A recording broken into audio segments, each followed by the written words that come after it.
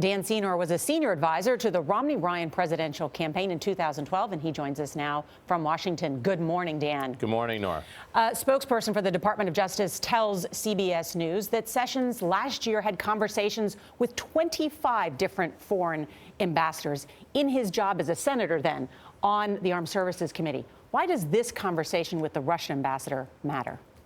Well, it matters because there continues to be this web of questions about connections, conversations, potential coordination, as it is alleged, between the Trump campaign and the Russian government. But you're right. I mean, any U.S. senator, I worked for a U.S. senator who didn't serve on the Armed Services Committee and did not serve on the Foreign Relations Committee. And in any given year, he was meeting with tens of ambassadors. And these were typically very sort of pro forma meetings, not a lot of substance discussed. It's kind of box checking. And so I think that the Trump administration has to get to the bottom of how they're going to sort of explain all this communication between the Trump campaign and the Russian government during the course of the campaign. I do not think it's as big a deal as others do. But as it relates to Attorney General Sessions, I mean, to lie to Congress, you have to willfully know that you are actually misleading Congress. And the material you're discussing has to be material. It has to be extremely relevant to the focus of any kind of investigation.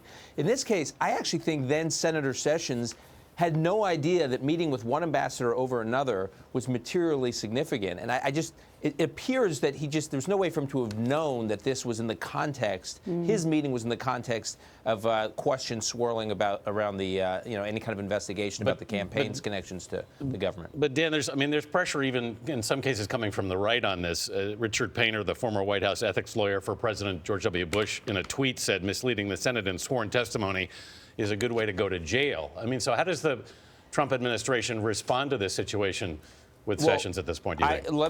I think you got to unpackage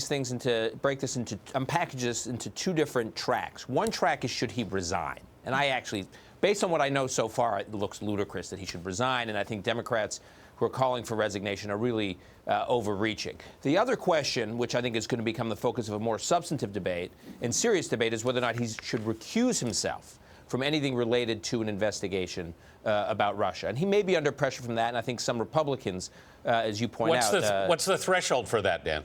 It's quite ambiguous. It really is. It's whether or not they believe they can raise serious doubts about his ability to oversee an investigative body that will be dealing with these allegations about the campaign's ties to Russia. And let me make just one other quick point here. One of the challenges here is there's complete opacity about who all these representatives were for the U.S. from the Russian government that were apparently operating on behalf of Putin or associates of Putin. And there was always confusion. I mean, you all covered the Trump campaign, confusion about who all these representatives were of the Trump campaign. Who was actually speaking to whom is something that we just don't know yet. All right. More to come. Dan Senor, always good to see you. Thanks so much.